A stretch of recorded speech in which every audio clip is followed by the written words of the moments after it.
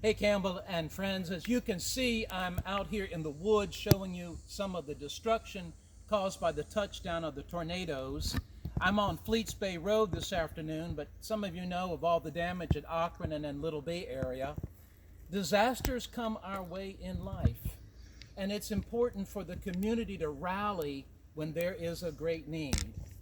A disaster usually unfolds so that there's an immediate need for people to make sure that folks who've lost homes and lost shelter get a place to be safe and sound, to be well fed. And there's also the need to continue to support people who are experiencing the traumas of disasters. And we're in a time with the virus and in hurricane season, and people are going to experience a lot of angst and worry. And that's why we come together as people of faith. That's why we're generous when we support our local not-for-profits. We show the love of Christ when we serve and help others. And first of all, thank you for your incredible generosity, your giving to the church, your giving locally, and I just thank you and want you to keep it up. Keep sharing, keep showing your love. We are in the midst of replacing the pennants that were flying in front of the church. We'd like to get a pennant for each of the fruits of the Spirit.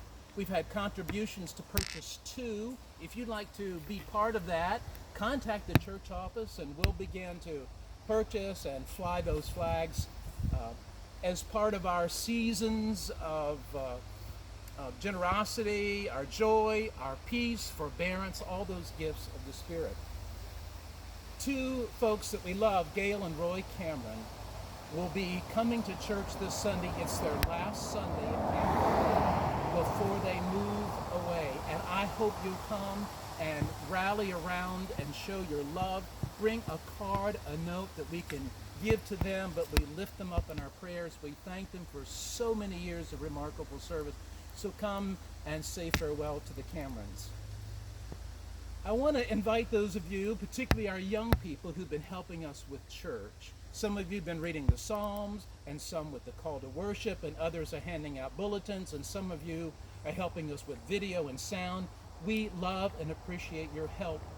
We hope that you'll continue to show up and kind of show us the way as we continue learning to be church online. But a great shout out to our youngsters, our teenage kids at Campbell. And a note about the sermon. Last week it was the confession of Peter that Jesus is the Messiah.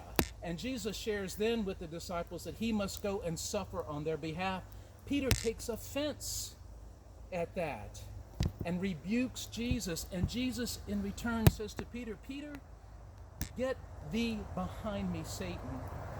Which is to suggest that Peter now has become a stumbling block to the work and the will of God and what Christ must do. Stumbling block. The word in the Greek is scandalon.